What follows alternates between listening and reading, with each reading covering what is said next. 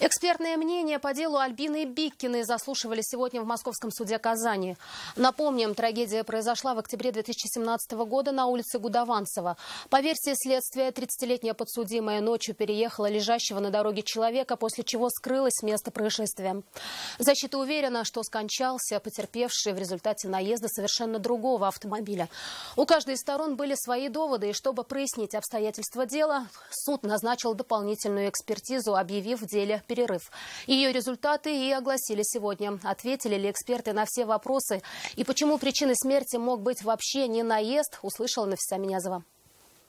Повреждения, обнаруженные на трупе Фасахова, могли быть образованы в результате однократного переезда колесами автомобиля, каким мог быть автомобиль Hyundai Solaris.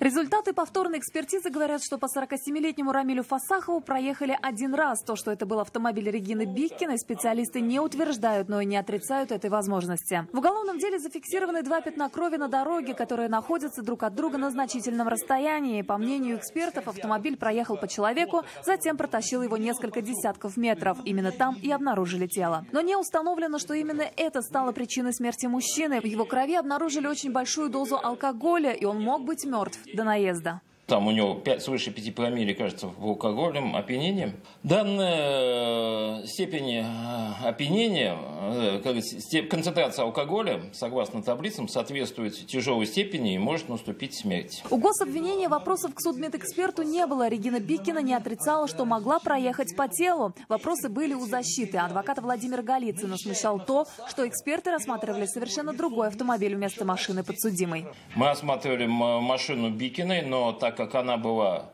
технически неисправна, у нее были спущенные колеса, и замеры были бы некорректны, мы осматривали аналогичный автомобиль. Как говорила подсудимая на предыдущих заседаниях, в октябре 2017 года ночью, двигаясь на автомобиле Hyundai Solaris по улице Гудованцева, действительно на что-то наехала. Думала, что это пакет с мусором. Вышла, увидела человека, а рядом проходил мужчина, который, по словам Регины Биккиной, утверждал, что по нему до этого проехал автомобиль, и мужчина мертв. Этого свидетеля, к слову, найти так и не удалось. Испугавшись, она уехала с места. Защита уверена, что слова неизвестного мужчины подтверждают факты. На теле погибшего обнаружили 86 повреждений, в том числе переломы ребер, костей ног, рук, а на автомобиле, по его словам, лишь незначительное повреждение бампера слева. Причинить пластиком такие повреждения невозможно. Под автомашиной она была полностью исследована экспертами.